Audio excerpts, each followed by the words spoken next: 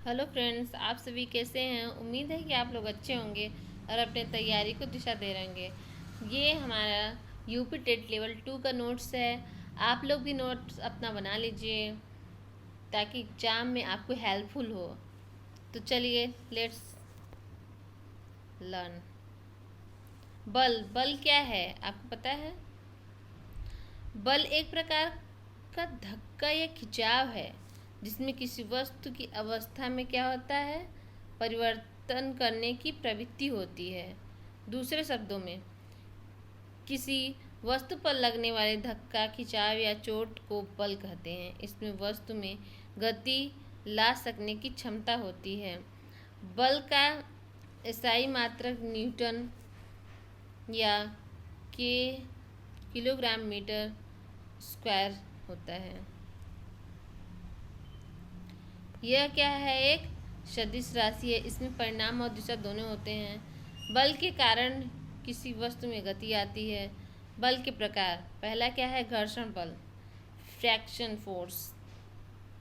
This is यानी यह बल है जो किसी वस्तु की गति की दिशा में के विपरीत दिशा में कार्य करता है। यह दो सतहों के बीच कार्य करता है। उदाहरण, जब हम चलते हैं तो यह बल हमारे चप्पल या जूते और धरती के बीच का कार्य करता है। दूसरा, जब सड़क पर कोई कार दौड़ती है तो यह बल सड़क और कार के टायर के बीच कार्य करता है। घर्षण बल को कम करना। घर्षण बल को कम करने के लिए हम निम्न चीज़ों का प्रयोग करते हैं। पहला, चिकनी गोली जैसे चक्कों में बाल बेयरिंग का उपयोग। दूसरा, चिकनी समतल। तीसरा, समतल की सतह पर चिकनाई युक्त पदार्थ लुब्रिकेंट का उपयोग। अभिकेंद्री बल, जब कोई वस्तु वृत्तीय पथ पर गति करता है तो उसके केंद्र से उस पर बल कार्य करने लगता है जो उसे प्रत्येक बिंदु पर केंद्र की ओर खींचता है। इस बल को अभिकेंद्रीय बल कहते हैं, जैसे सूर्य के चारों ओर पृथ्वी की गति। चुंबकीय बल। चुंबकीय बल, मैग्नेटिक फोर्स। चुंबक द्वारा किसी चुंबकीय धातु पर लगाया गया बल चुंबकीय बल कहलाता है। अथवा विद्युत चुंबक द्वारा अपने चारों फैले चुंबकीय क्षेत्र में चुंबकीय धातु द्वारा बल का अनुभव करना। चौथा, गुरुत्वाकर्षण बल। दो पिंडों के बीच लगने वाले बल को गुरुत्वाकर्षण बल कहते हैं, जैसे पृथ्वी और सूर्य के बीच में लगने वाला बल। बल की प्रबलता के आधार पर दो प्रकार होते हैं। पहला, संतुलित बल। किसी वस्तु पर लगने वाले अनेक बलों का यदि परिणामी बल शून्य हो तो ऐसे बल को संतुलित बल कहते हैं। दूसरा है असंतुलित बल। असंतुलित बल, किसी वस्तु पर लगने वाले सभी बलों का परिणामी बल शून्य नहीं है तो ऐसे बलों को असंतुलित बल कहते हैं। यदि किसी वस्तु पर असंतुलित बल लगाया जाता है तो वस्तु की चाल या तो उसकी गति की दिशा में परिवर्तन होता है। किसी वस्तु की गति में त्वरण उत्पन्न करने के लिए असंतुलित बल की आवश्यकता होती है, उसे असंतुलित बल कहते हैं। तीसरा, वस्तु की चाल में परिवर्तन तब तक बनी रहेगी जब तक वस्तु पर असंतुलित बल लग रहा है। गति के नियम को प्रस्तुत करने का श्रेय महान वैज्ञानिक सर आइजक न्यूटन को जाता है। इन्होंने गति के 3 नियम दिए जिसे न्यूटन का गति का नियम कहते हैं। पहला, गति का प्रथम नियम, the first law of motion. दूसरा, गति का द्वितीय नियम, the second law of motion. तीसरा, गति का तृतीय नियम, the third law of motion.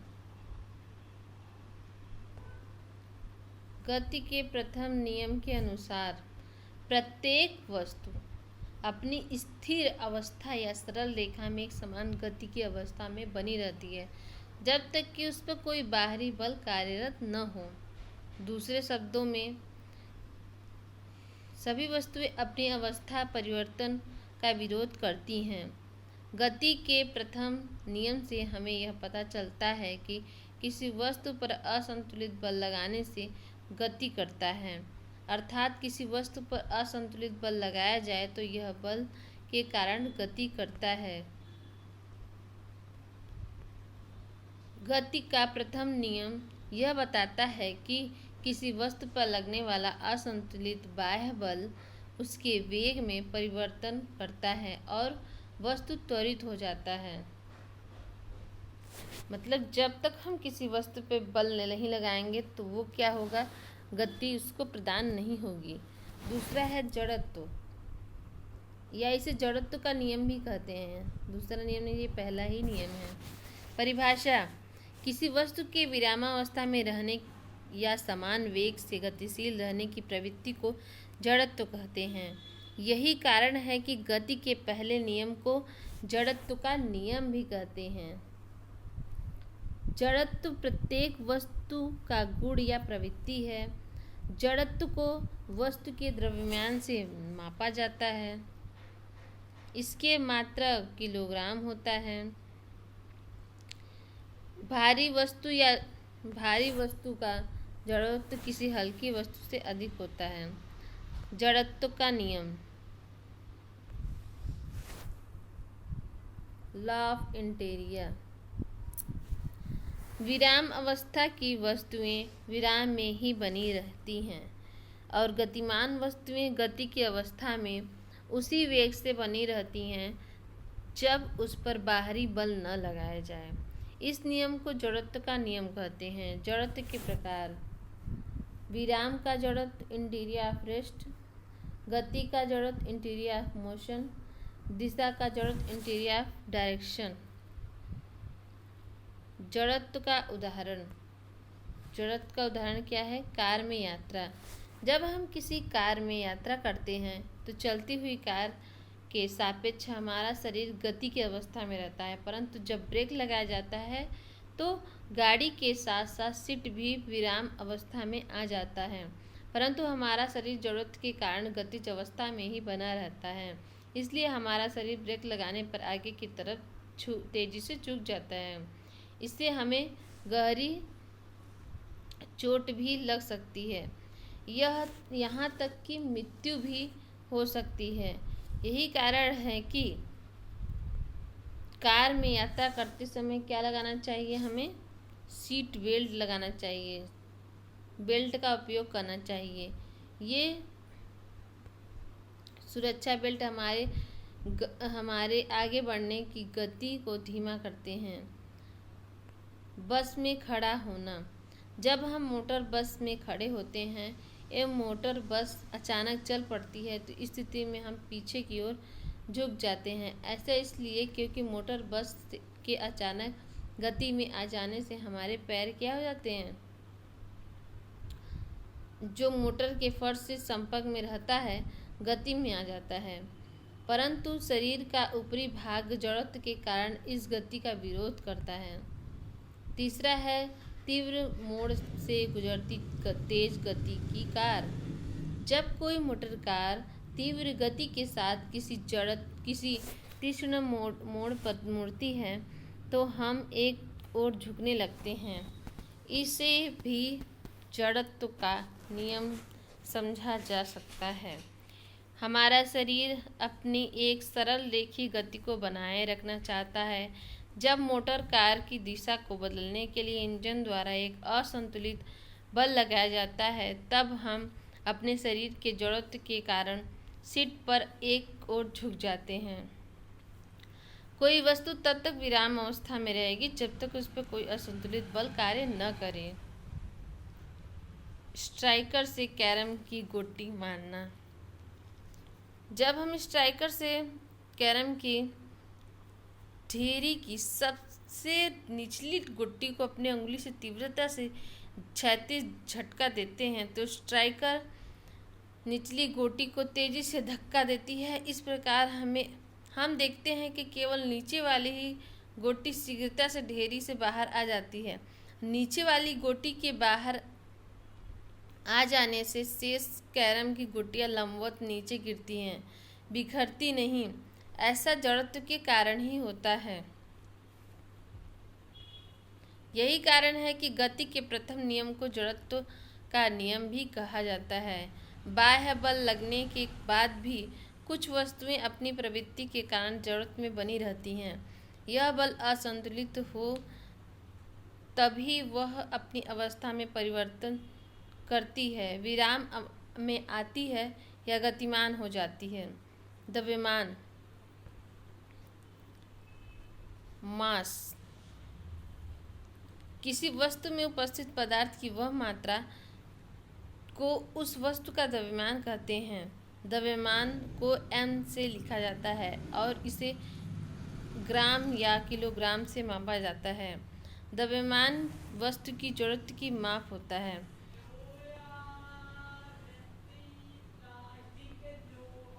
जड़त्व और द्रव्यमान में अंतर। जड़त्व, पहला, जड़त्व किसी वस्तु का गुण या प्रवृत्ति है। द्रव्यमान किसी वस्तु में उपस्थित पदार्थ की मात्रा है। दूसरा, किसी वस्तु के जड़त्व को उसके द्रव्यमान से मापा जाता है। द्रव्यमान स्वयं से ही मापा जाने वाला राशि है। गति का द्वितीय नियम, the second law of motion. गति का द्वितीय नियम यह बताता है कि किसी वस्तु में उत्पन्न त्वरण इस पर लगाए गए बल पर निर्भर करता है तथा लगाए गए बल को मापने की विधि को बताता है। गति का द्वितीय नियम किसी वस्तु पर लगाए गए बल को ज्ञात करने का सूत्र प्रदान करता है। यदि कोई वस्तु त्वरित होती है तो हम जानते हैं कि अधिक वेग प्राप्त करने के लिए अधिक बल लगाने की आवश्यकता होती है। किसी वस्तु द्वारा उत्पन्न प्रभाव उसके द्रव्यमान और वेग पर निर्भर करता है। जैसे हम हथौड़ी से किसी कील पर चोट मारते हैं तो चोट का प्रभाव कितना प्रबल होगा यह हथौड़ी के द्रव्यमान और उसके वेग पर ही निर्भर करता है। संवेग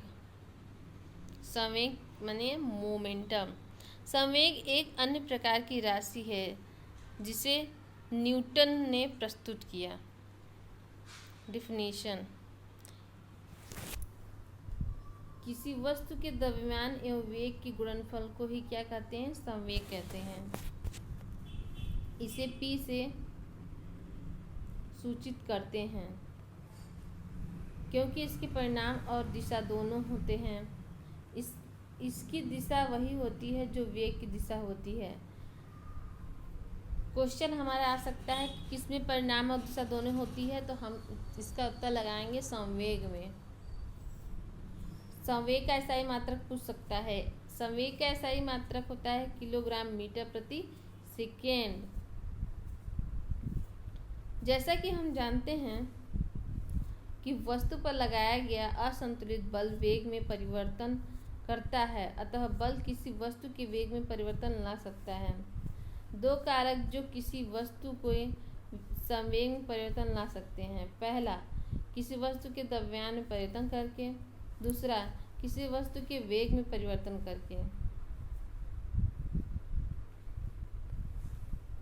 किसी वस्तु के संवेग में परिवर्तन करने के लिए बल की आवश्यकता होती है जो उस समय पर दर पर निर्भर करता है जिस पर संवेग में परिवर्तन हुआ है। गति का द्वितीय नियम यह बताता है कि वस्तु के संवेग में परिवर्तन की दर उस पर लगने वाले असंतुलित बल की दिशा में बल की समानुपाती होती है। गति का द्वितीय नियम किसी वस्तु पर लगने वाले बल को मापने का नियम भी विधि देता है। गणितीय रूप से गति के द्वितीय नियम से बल ज्ञात करना। Mathematically find the force from the second law of motion. माना कि द्रव्यमान कोई वस्तु है। अब कोई प्रारंभिक वेग u, इसका वेग v है और मान लिया जाता है समय t है, द्रव्यमान m है। तो गति के नियम के अनुसार संवेग क्या होगा, mu किलोग्राम मीटर प्रति सेकेंड। अंतिम वेग क्या होगा, pv किलोग्राम मीटर प्रति सेकेंड। संवेग परिवर्तन proportional to p1 minus p2 proportional to mu minus mv proportional to कोष्ठक में u माइनस v। संवेग परिवर्तन की दर प्रोपोर्शनल टू m कोष्ठक में u minus v upon t proportional to m upon a।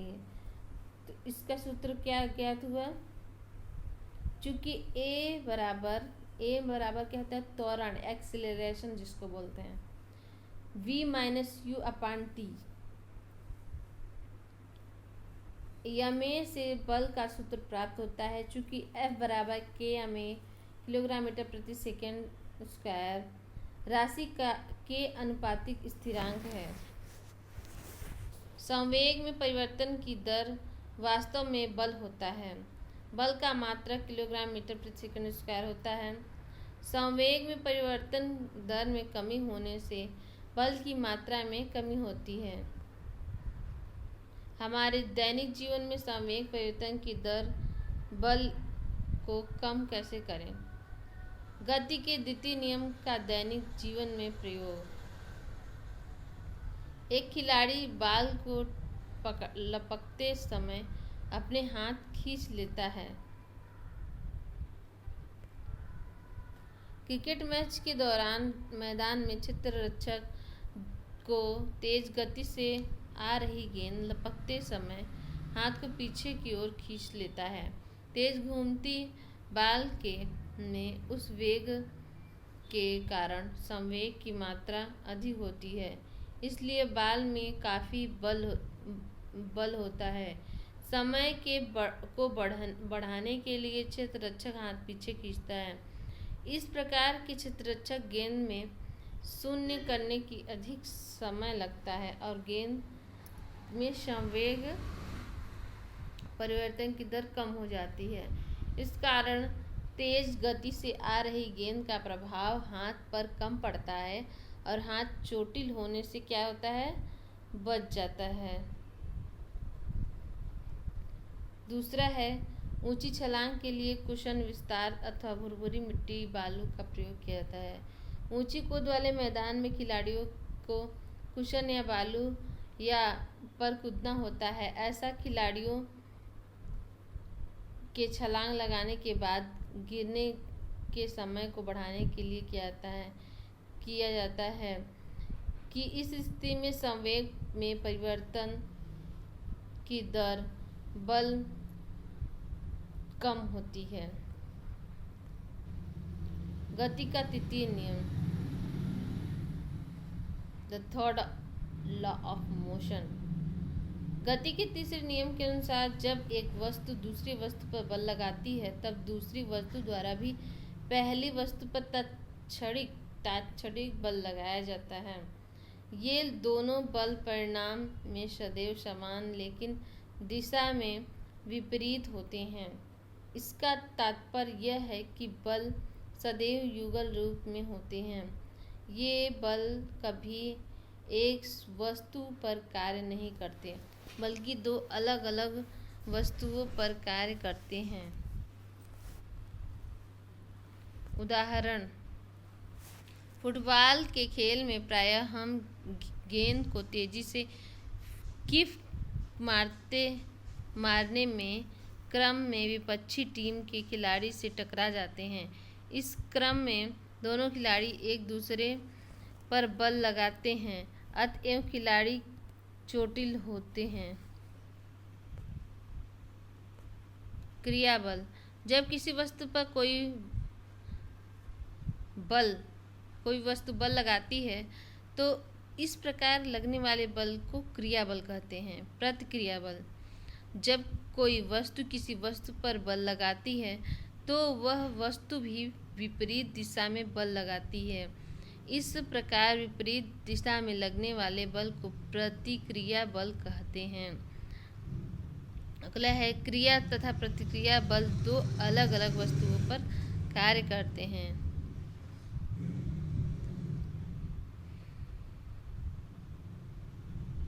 क्रिया तथा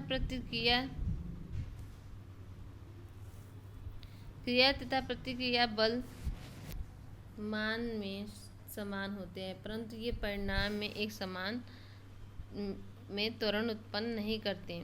क्रिया प्रतिक्रिया बल मान में हमेशा समान होते हैं, फिर भी ये बल एक समान परिणाम और त्वरण उत्पन्न कर सकते हैं। ऐसा इसलिए है क्योंकि प्रत्येक बल अलग अलग द्रव्यमानों की वस्तुओं पर कार्य करते हैं।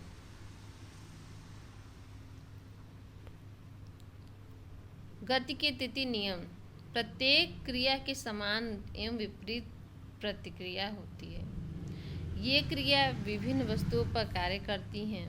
संवेग संरक्षण, संवेग संरक्षण का नियम, दो वस्तुओं के संवेग का योग टकराने से पहले और टकराने के बाद बराबर रहता है, जबकि कोई असंतुलित बल कार्य न कर रहा है तो इस संवेग का संरक्षण का नियम कहते हैं। इस प्रकार भी व्यक्त कर सकते हैं कि दो वस्तुओं का कुल संवेग टकराने की प्रक्रिया में अपरिवर्तनीय या संरक्षित रहता है। घटती रूप से संवेग का नियम, इसका इक्वेशन बहुत बड़ा है, हम आपको लास्ट डिजिट पे ले जाते हैं।